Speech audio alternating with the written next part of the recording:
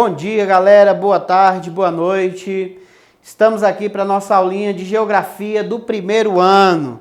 E hoje nós vamos falar sobre tempo e clima, né? Tempo e clima é a mesma coisa, professor? Não. São duas formas diferentes de nós analisarmos a atmosfera. Então veja bem aqui a figura como é interessante. Você vai para a praia, sol, daqui a pouco chuva. Isso é o clima ou isso é o tempo?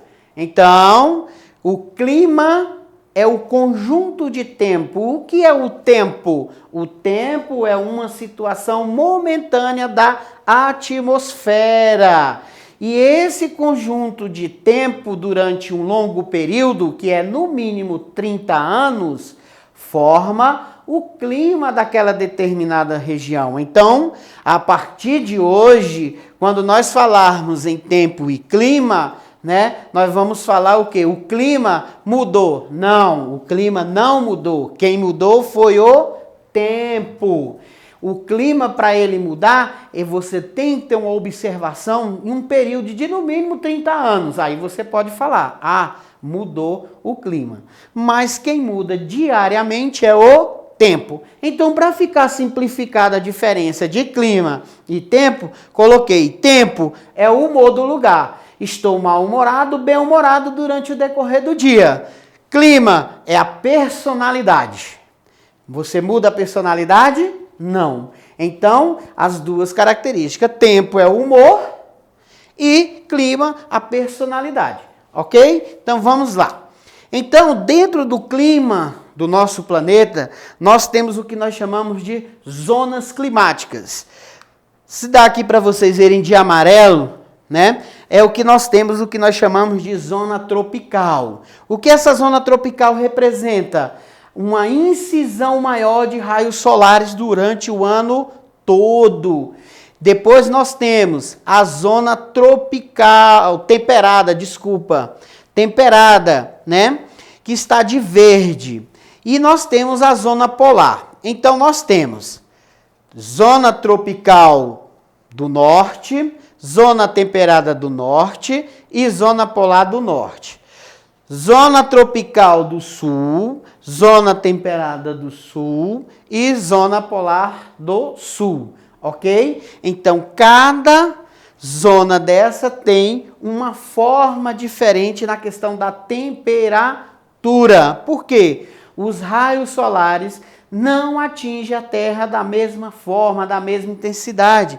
Principalmente por quê? Por causa da inclinação da Terra. Então, nós temos a incisão de raios solares, não acontece da mesma forma. Ele acontece com maior intensidade no que nós chamamos de zona tropical. Falou em zona tropical, nós temos temperaturas mais elevadas. Então, vou dar um macete para vocês. Imagine a linha do Equador e aí vocês vão imaginar dessa maneira. À medida que eu me distanciar latitudinalmente da linha do Equador, né, em direção ao polo, as temperaturas vão diminuindo. Quanto mais próximo à linha do Equador, as temperaturas vão aumentando.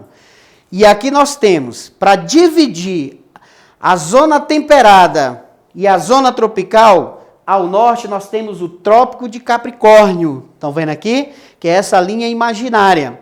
Para dividir a zona temperada do norte e o Círculo Polar, nós temos quem? O Círculo Polar Ártico, isso ao norte. Ao sul nós temos Trópico de Capricórnio, que vai diferenciar temperado e tropical, e Círculo Polar Ártico, temperado e polar do sul. Ok? Essa é a distribuição das zonas climáticas. E aí nós temos tempo e clima, ele é formado por elementos climáticos e fatores climáticos. Hoje, nós vamos ver sobre os elementos climáticos. Professor, elementos climáticos e fatores climáticos são a mesma coisa? Não. Os elementos climáticos é o existente em todos os locais. O que são os fatores climáticos? É o que vai modificar o clima da região, o que vai caracterizar de acordo com o fator que existe naquela região. Então vamos lá. Os elementos climáticos, eles são variáveis. Temperatura, existe em todo lugar. Pressão, umidade, precipitação, evaporação, ventos e radiação. Então, as precipitações atmosféricas, ela vem em forma de chuva, granizo e neve. Mas a mais frequente que nós temos mais relações no mundo é principalmente quem? As chuvas.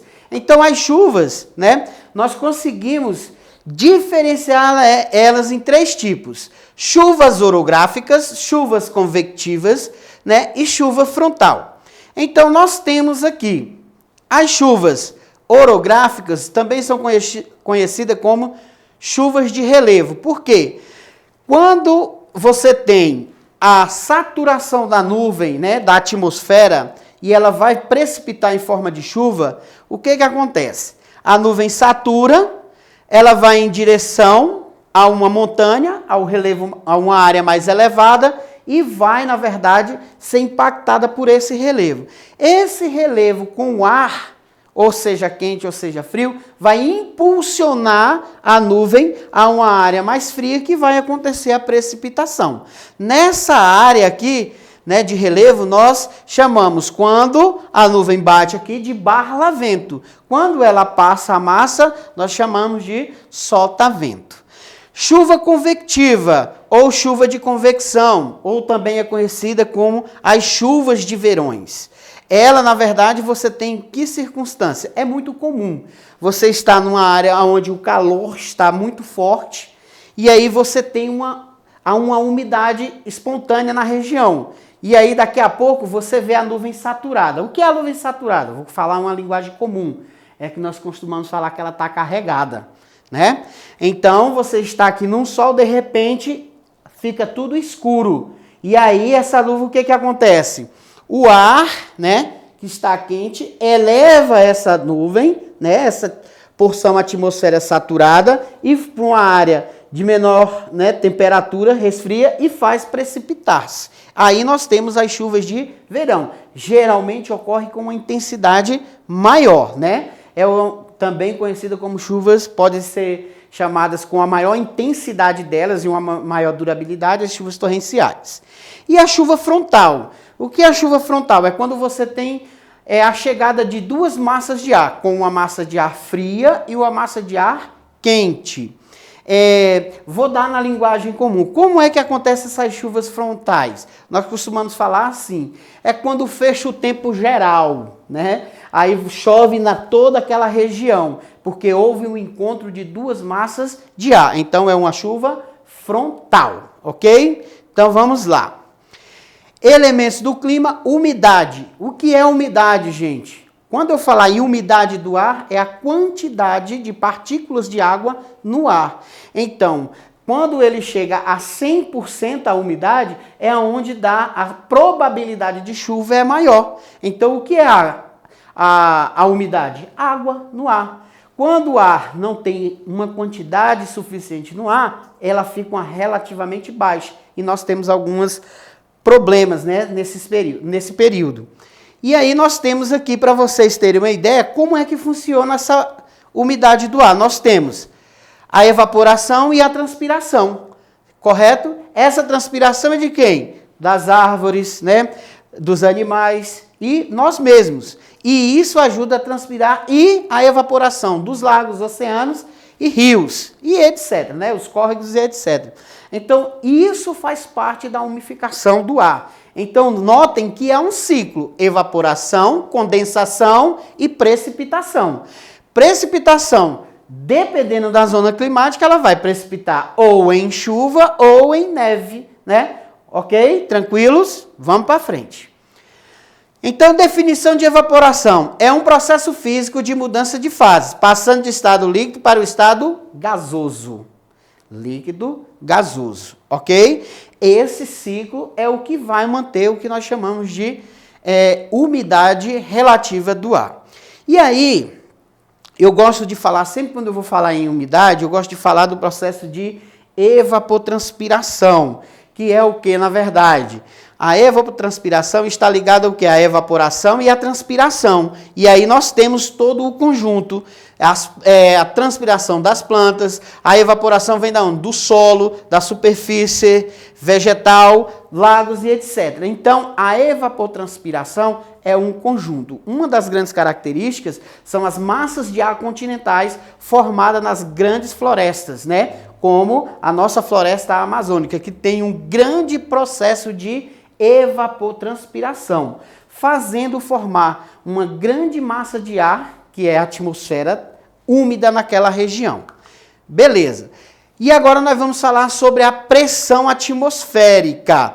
A pressão atmosférica aqui é a pressão exercida da camada gasosa sobre quem? A Terra. Então, veja bem, esse similar vai explicar muito bem. As áreas mais planas, menores altitudes, elas têm mais pressão. Vejam que a coluna de ar é maior. As áreas de altitudes maiores têm menor pressão, porque a coluna de ar é menor. Então, isso, né, ele dá uma característica nessa região, né? Ficou claro aqui a coluna maior e a coluna menor, devido que a característica do relevo. Então, a pressão, ela vai ser de acordo com o relevo. E o que vai ser o relevo? É um elemento climático? Não. Por que não é um elemento climático? Porque cada região tem um relevo diferente. Agora, pressão é um elemento climático? Sim. Por quê? Porque a pressão, ela tem todo o planeta. O que vai mudar é a característica do lugar. Quer dizer, propriamente dito, do relevo, ok? Agora, os ventos. Não confundam a pressão da atmosfera com, agora, áreas de pressão, né? Quer dizer, nós vamos falar agora como esses ventos funcionam. O que são os ventos? Na verdade, os ventos é a circulação da atmosfera, que movimenta-se formando, na verdade, essas colunas de ar, que são o que nós chamamos de vento. Então, quando esse vento se movimenta, nós falamos, né, que eles se locomovem em áreas de alta pressão e baixa pressão. Nesse caso, é a área de pressão no vento, na atmosfera, que ela está naquele local. E o que vai influenciar isso? As áreas de alta pressão, elas são áreas... A área de alta pressão, elas são áreas que retiram a umidade de uma área, né? Isso significa que as temperaturas aqui são o quê? Menores. Então, nós temos a área de alta pressão para áreas de baixa pressão. Então, um lugar mais frio, a atmosfera vai se movimentar em direção a um lugar de temperatura mais elevada. Então, ele vai fazer esse movimento, ok? Então, a atmosfera vai se movimentar de uma área de alta pressão para uma área de baixa pressão. Então, nós temos essa concepção. Essa concepção de alta pressão é o quê? É a umidade. Nessas áreas, né, você vai ter uma temperatura menor. E o ar, ele tem uma umidade mais considerável. Só que nós temos baixa temperatura. Então, o ar vai circular mais próximo da superfície. Quando ele chega numa área que tem uma temperatura maior, o que vai acontecer? Ele vai perder essa umidade, o ar vai ficar mais leve, sobe novamente, resfria e vai fazendo esses movimentos que eu falei, correto? Então, a área de alta pressão para uma área de baixa pressão, nesse movimento. Então, nós temos as zonas, né, climáticas, e isso é o que vai dar origem ao que nós chamamos de ventos. Então, vejam bem. Então, quais são os ventos que saem da área aqui, né, intertropical, né, com a área temperada e a área tropical? Eles saem em direção aqui, o Trópico de Câncer, para a linha do Equador. Isso também funciona aqui no Trópico de Capricórnio. Esses ventos que vêm do Trópico de Capricórnio e o Trópico de Câncer em direção à linha do Equador, nós chamamos de ventos alísios, ok?